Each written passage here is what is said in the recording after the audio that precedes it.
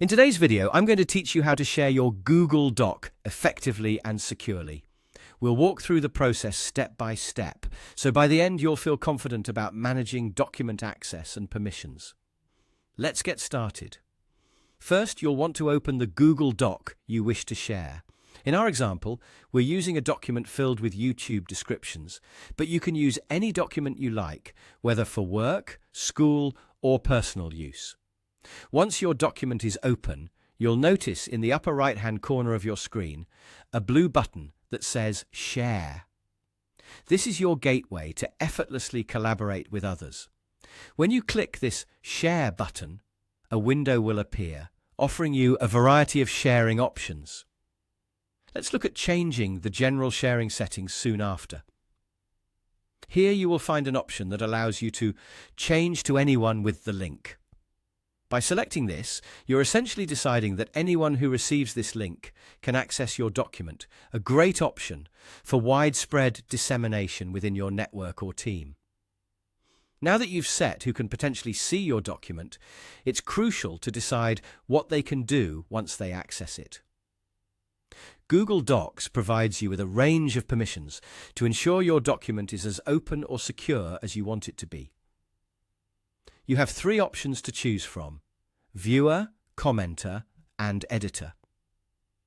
The Viewer option is quite straightforward. It allows the recipient to view your document, but they can't make any changes or leave comments. This is perfect when you want to share read-only text, ensuring that the contents remain unchanged. If you want feedback but still control the final content, you could opt for the Commenter setting. This allows others to add comments to the document. They can highlight text and leave suggestions, but they'll not be able to alter the document itself.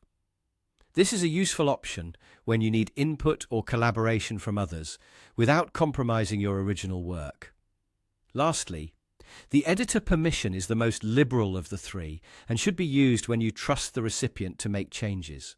When you give editing access, someone can modify text, add images, or make significant changes to the document's structure.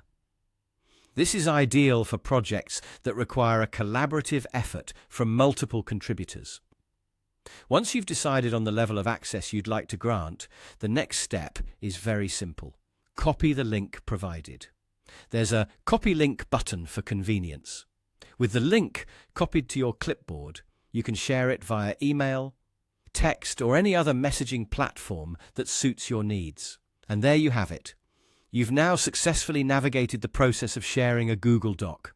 Whether you're looking to simply inform, seek feedback, or fully collaborate, understanding these settings enables you to maintain control and privacy while sharing your documents with others. Thank you for tuning in, and happy sharing.